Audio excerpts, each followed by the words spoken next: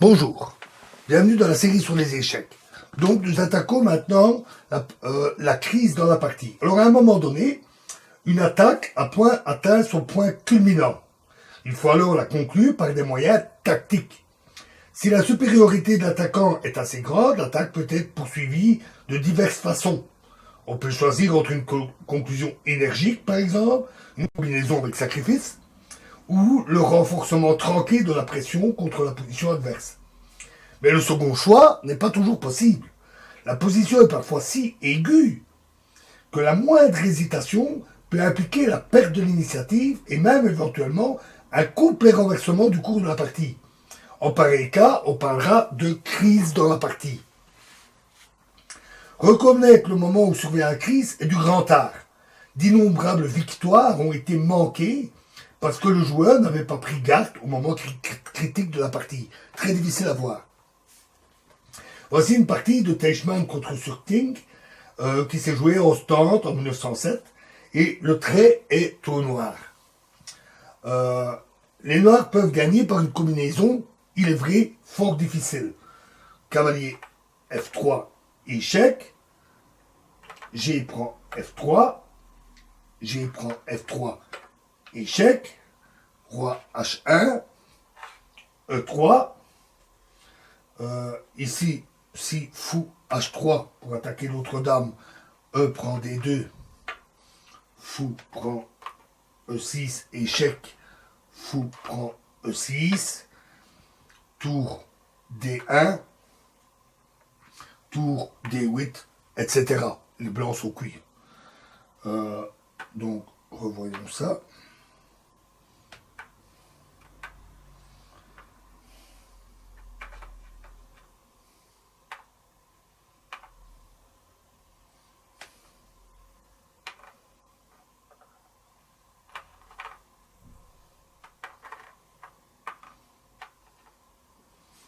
Donc, cavalier F3. G prend F3. G prend F3, échec. Roi H1. E3. Sur dame C2. Alors, fou B3. Et là, oui, fou H3 est le bon coup. Parce que si dame C1, alors c'est E prend F2. Les noirs sont cuits. Et les blancs sont mat en un coup. Hein.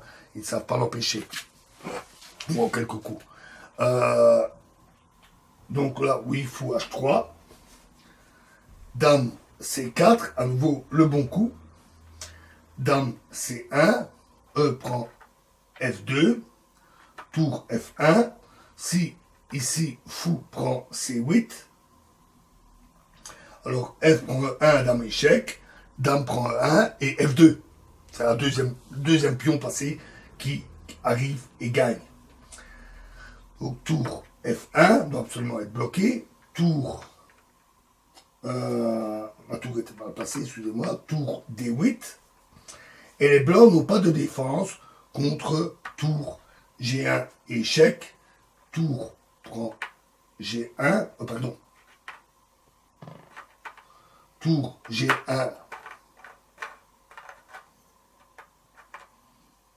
échec.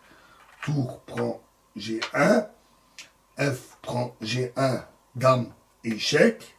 Suivi, après dame prend, de tour D1, capture de la dame. Ou s'il prend avec le roi, tour D1 échec, la dame tombe.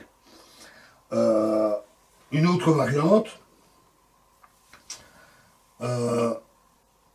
intéressante.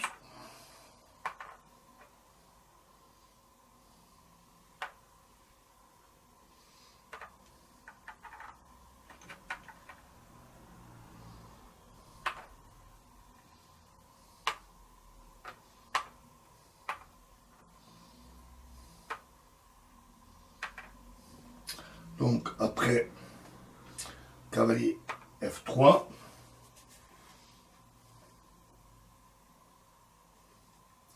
G prend F3.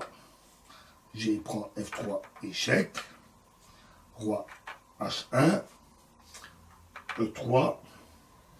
Dame C2. fou B3, fou H3, dame C4. Une autre possibilité donc est dame F5. Et alors tour F8, dame prend E5, E prend F2, et ici pas tour F1, ça ne marche pas, parce qu'alors simplement dame prend F1, évidemment. Donc sur ici tour C1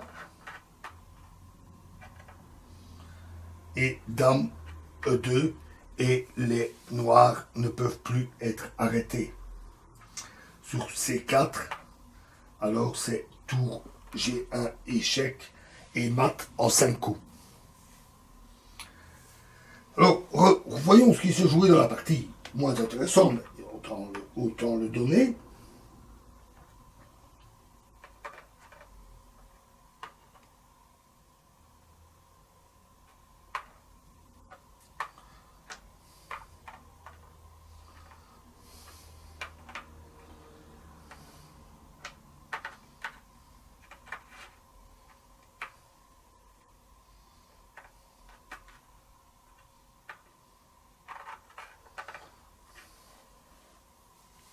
Voilà. Alors, on ne peut pas vraiment reprocher à Suting de ne pas avoir vu cette magnifique combinaison, parce que c'est très difficile à voir.